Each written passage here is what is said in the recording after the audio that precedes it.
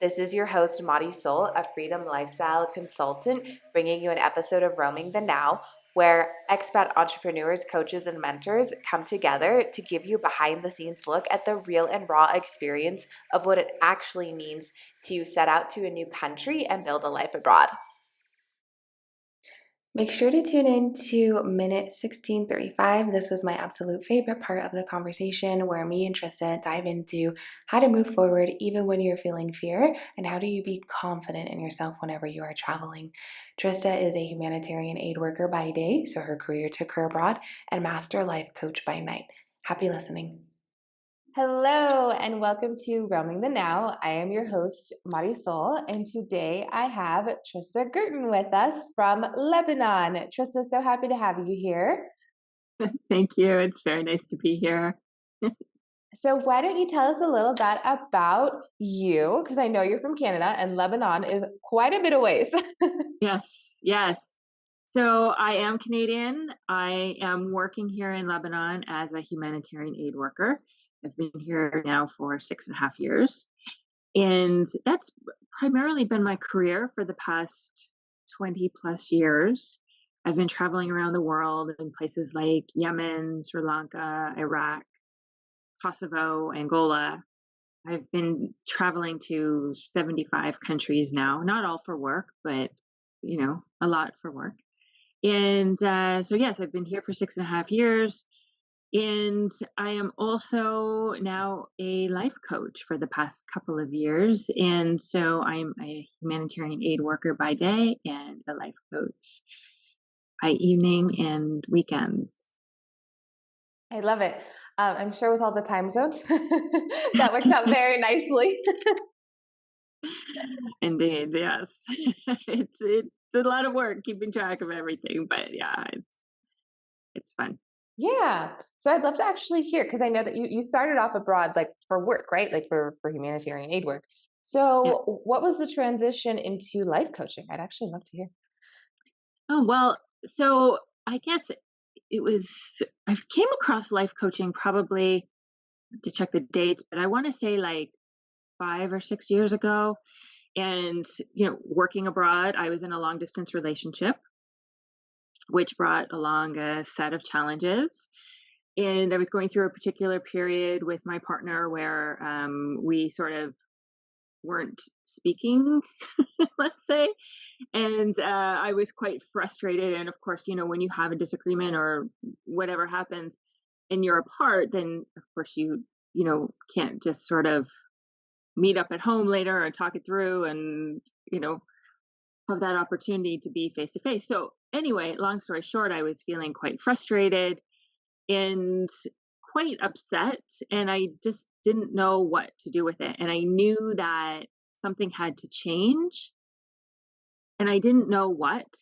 I didn't know how, but I was like, that's it. There's something I have to do something different. And I came across the Life Coach School podcast. It was an episode called Emotional Adulthood.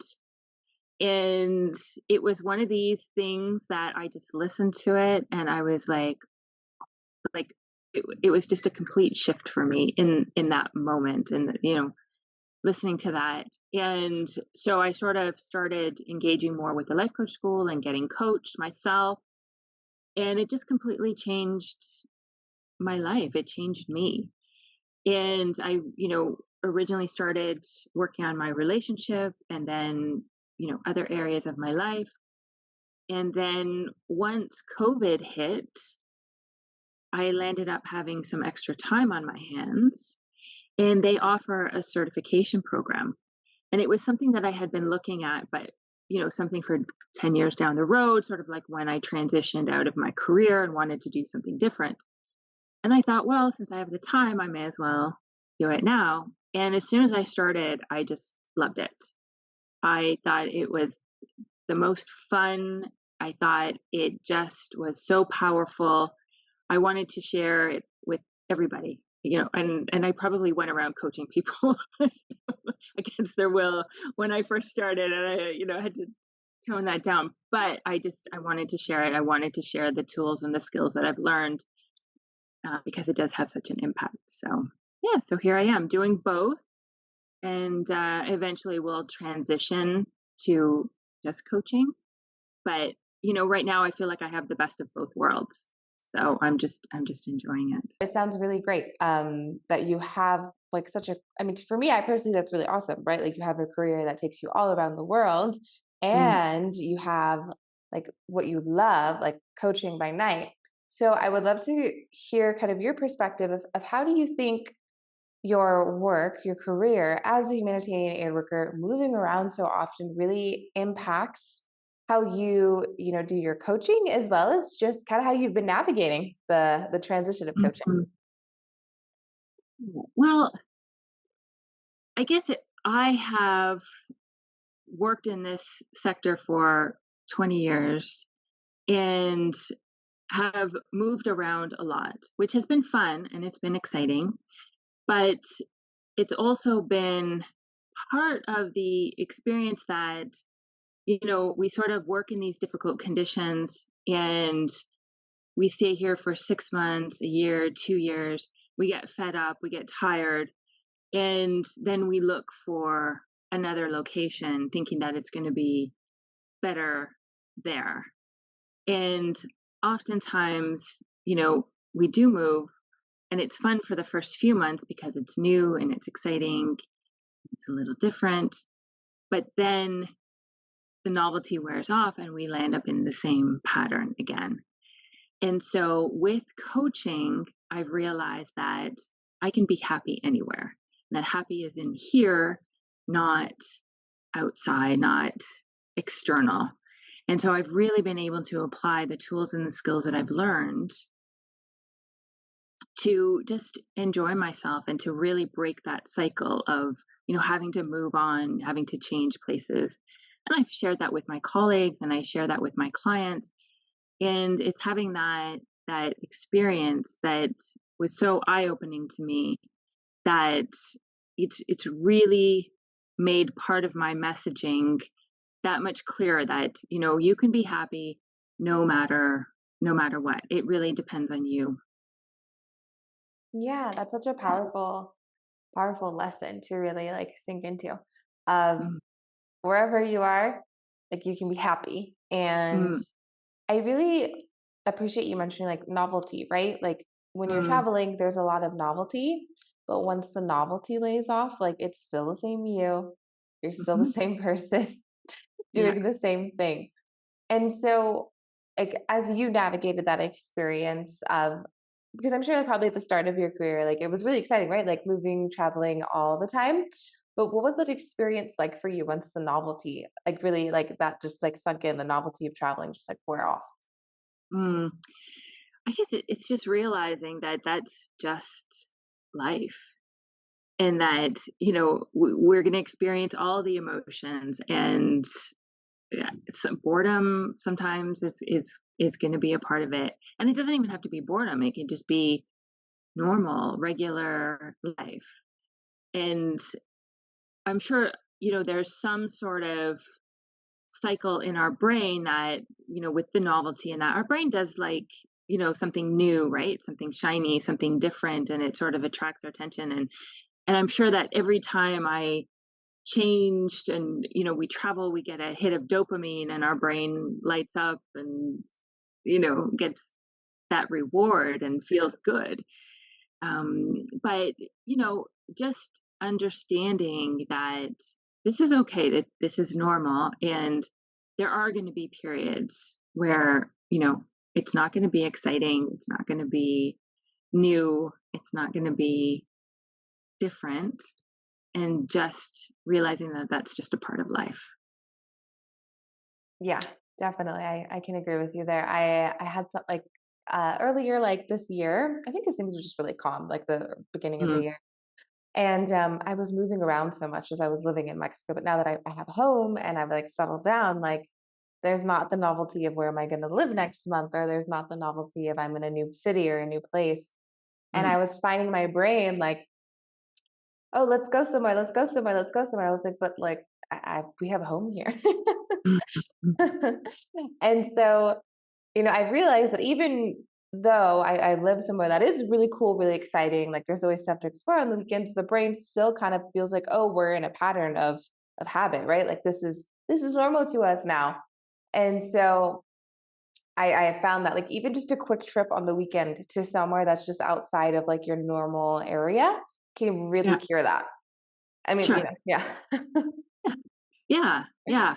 But I think it does become a little bit addictive, with the travel, like, for us, like, and I'm sure sometimes it's no different than, shopping online or, gambling or, whatever people sort of get, you get that hit of dopamine and it's kind of fun and it's, your brain gets that reward. So, yeah, but there's nothing wrong with a nice weekend away and to have fun, but yeah, there has to be a balance, right? Yeah, I think that's where the term travel junkie comes from. Right, exactly. I just put that together right now. I was like, "Oh, yeah, I think that's where the term travel junkie comes from." Because it is true. Like, when you're Yeah, constantly traveling, your brain is getting this hit of dopamine of this is new, this is new, this is new, and that's yeah, where I see it can be very exhilarating, but I do think you bring a very valid point to the table. Like, there needs to be a balance as with everything. right, right. Yeah, really good points of view on this, and I would say, like, when you are traveling and settling into new places and like because someone who has moved around so much, like what is your advice for someone who wants to find the balance in moving around a lot or traveling a lot? Mm. Well, I guess you have to find a comfortable space to be in, right? And just make it your home, make it comfortable, bring the little things, set it up, get the plants, get the nice sheets, get the nice towels, like, just have somewhere that you're comfortable and it's homey for you. And I think that's important. And then, the balance, it's hard to say. Like, I guess I've always liked going on trips, and I guess I think part of it was really a diversion. Like, I think I really was, looking for that entertainment and that excitement. And I found that now that I have my own business, that's where I'm challenging or channeling all of my energy and my time. So yeah, I don't know. It's hard to say. Like, I can't say how you would necessarily strike a balance. I guess that's up to each person, but it's you know how you want to spend your time, I guess, and how you want to have fun. And traveling like that is such an opening experience, right? It's such an opportunity. So I would never say don't travel there. Oh, of course. No, yeah, I think it right. You have a really good point, and it's kind of been a theme like amongst like the conversations is how to find home. And everyone has Mm, a different feeling of home, right? mm, And I'm gonna sound really silly, but for me, when I'm feeling like homesick, mostly like just I kind of am missing America, like in some ways. Like yeah, I'll find myself eating like peanut butter and jelly sandwiches. Like that's how right, I find home right, and like make it for myself, right? And then yeah, there's some other people who it's like the things that they bring, like just like little sure, items, that yeah, remind them. But I think that's true. Like for me, for me, it's oh, I want to have a peanut butter and jelly sandwich to give me the mm, comfort of the right, Americas, right? Or like chicken yeah, tenders. It's like so funny. Those are the only two things I find that really remind me. yeah, okay, yeah, yeah, that's interesting. I would go for a burger, a Mm. good burger. And yesterday I was at the supermarket and I bought a little thing of maple syrup and pancakes. Yes, so very Canadian maple syrup pancakes. That's But yeah, that's great. it still goes to show how it's like little small ways that you can Yeah. kind of find those. I don't know what we call them, like I don't know what the right word would ever be. What do you think the word would be? It feels like a nostalgia thing, but it's not. It's Mm, like yeah, I don't know. It's a good question. I'm thinking. I'm like, is it like I don't know. It's like kind of finding those little things that just like comfort Yeah, you. And I feel yeah, like the easiest way when you're abroad to do that is food. If you can Yes. find it. Yes, yes. Well, that's it. And you know what the funny thing is like now that I mean the world has there's so many more opportunities because and I don't want to age myself here, but like when I first started traveling, I mean, I remember like it was very difficult. Like you didn't have Netflix, you didn't have iTunes. You know, I mean, you could probably find a Coca-Cola, but finding peanut butter, finding milk, sort of like there's the availability now of more goods in the market and that. So I find that I'm able to find things more and more now that do, that are homey for me. Yeah. So that's nice. And yeah, I certainly it wasn't always like that. Yeah, So. well, it's, Cali where I live is a little bit further out. It is further out from the city. It's like 2 Okay. hours, like an hour. Well, there's like 30 minutes away from the closest city, like 45 minutes, an hour away, 2 hours away. But like popcorn, just like pre-popped popcorn is Yeah. like a novelty to find. And in the US or I mean, I'm sure even in Canada, you can find that anywhere, right? You just mark the Yeah, yeah, ice. yeah. Yeah. And so popcorn has now shifted from being like, "Oh, yeah, like, I just want pre-pop popcorn," to, like, a novelty, like, "Can I even find it? Can I even find the flavor that I want?" Wow. It's quite funny. Um, okay, so like, thinking about moving forward, because more on your coaching, Yep. you are definitely someone who I feel like really embodies, like, travel, be fearless, explore the world, like, the word that comes to mind is, like, "The world is your oyster," like, why not go out and explore? So, if you were to give advice to someone who is wanting to tap into more of that fearless spirit of really moving Mm. around a lot, maybe their career is gonna take them away, or maybe really just, jumping into the coaching lifestyle of adding in that layer of being a digital nomad, what would you tell them? What advice would you give them? I would tell them to do it. I would tell them that there's going to be fear, there's going to be discomfort, but that doesn't mean stop. That doesn't mean that anything has gone wrong. And if you can make friends, because it's not about being fearless, but if you can make friends with the fear, the discomfort in particular, know that it's going to be there. Allow for it and go for it. Just go after what you want and keep going. Keep showing up. Keep doing whatever it is you want to do. But the fear doesn't mean stop. It's going to be there. No matter, if you're setting a new goal, if you're traveling to a new place, anytime you're going to the next level, learning something new, it's going to come up.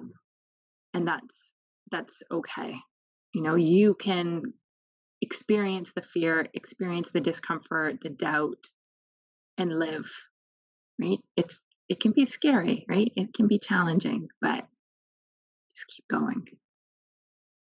Yeah, I love how you brought up fear is like, how do you make fear your friend? Maybe fear your friend is when I said that it was like, oh, maybe that's not the right phrase to be. But you know what I mean? It's like fear is just going to be there. Like it's not about being fearless, right? It's not about eliminating the fear. It's Hmm. just knowing that it's going to be there and allowing for it and moving through it. Keep going. Right? Yeah. Yeah, I can agree with you because I know when I was like playing with just like bio stuff and working on things, I I like had fearless like in there somewhere. And Mm, I was like, fearless doesn't seem like the right word though. Like that doesn't really mm, seem like the right word because I can tell you I've experienced fear in all of those situations. I wasn't fearless. I had fear there like I had an extra carry-on luggage like, you know? exactly. However, it really is not letting the fear stop you. And I had a mentor tell me like fear is the gas pedal, it's not the brake. Mm, So it's learning how to use the fear as, I guess, fuel. That's really how I interpreted it, instead okay. of, like, having it come to a halt. But I do Right. feel like you really need to have a close relationship with yourself in order to Yeah. be able to do that, you know? Yeah. Well, having that self confidence, knowing that no matter what happens, you can figure it out. Right? You don't need to know all of the steps, you don't need to have all of the answers, but you know that you're capable, you're smart, you can figure this out and you can experience any emotion and live, and you're going to be okay, Yes. right? Okay. Beautiful. I think you really like kind of hit it on the head. It's not necessarily being fearless. It's not having that. It's just being confident in yourself to figure it out. And the beautiful thing with confidence is we can all really grow into that and we can flex that Mhm. muscle. Yeah. Um, there's this video I once watched where someone said confidence is a skill. Confidence is something that you grow and it's like a muscle. And Yeah. so we don't come out like, oh my God, like I'm the best person in the world, right? Right. Yeah. Yeah. Yeah. And it really is just, as you said, it is a skill. And the more we do it, the more we practice it, the better we become at it. But that's the great thing is that you don't have to have all of the answers. You don't have to know all of the steps. You just take the next step and then the next step after that. Something happens, you'll figure it out. You'll figure it out. Yeah, it's such an empowering thought, and that's literally what I used to tell myself when I first got here to Mexico because I didn't have a plan. I just said paso y Mhm. paso, which is step by step. Right. Step by step. Yeah.